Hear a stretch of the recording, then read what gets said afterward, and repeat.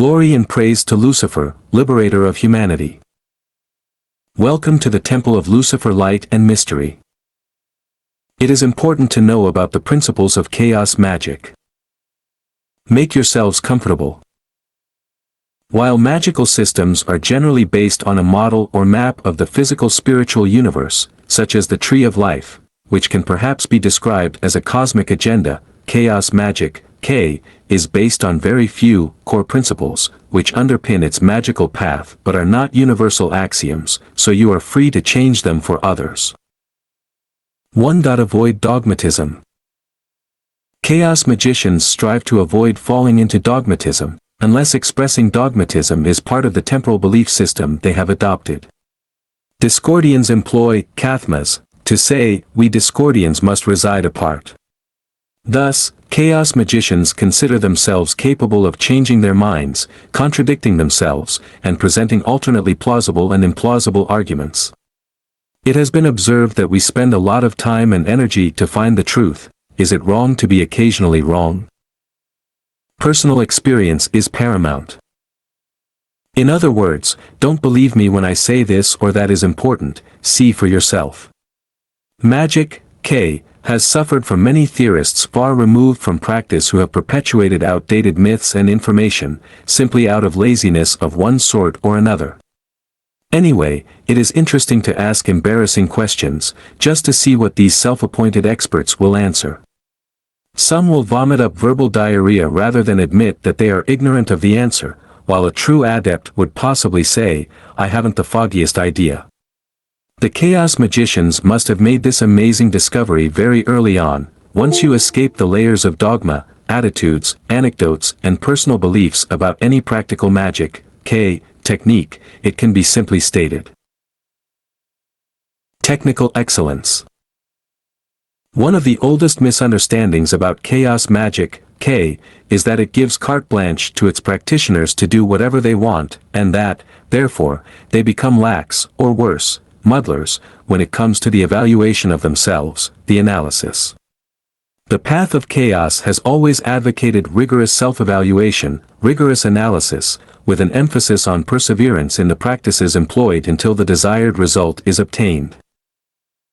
Learning to do magic, K, implies the duty to develop a set of talents and, anyway, if you want to get involved in this universe of weirdness, why not do the best you can?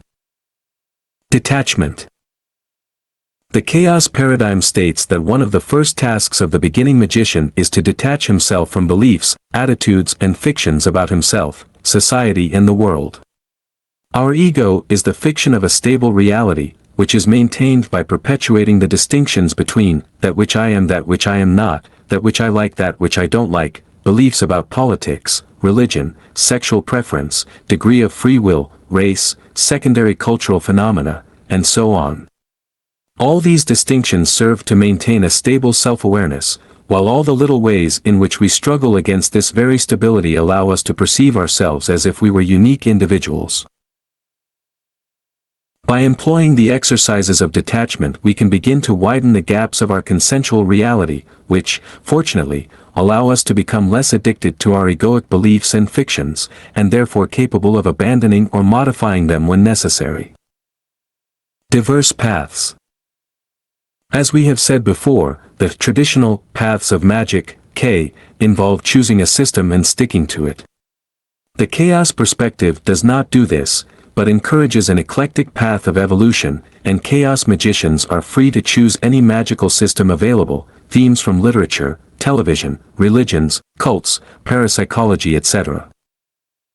This means that if you meet two chaos magicians and ask them what they would do in such and such a situation, it is unlikely that you will discover any unanimity in the solution.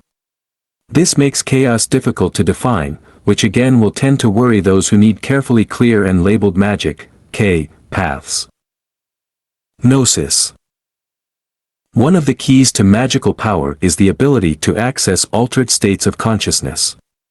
We tend to define a strict boundary between ordinary consciousness and altered states when, in fact, we evolve all the time between various states of consciousness such as lucid dreaming, functioning on autopilot when we act without thinking, and varying degrees of attention.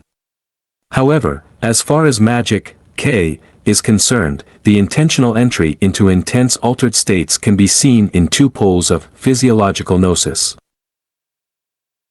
the inhibitory states and the excitatory states.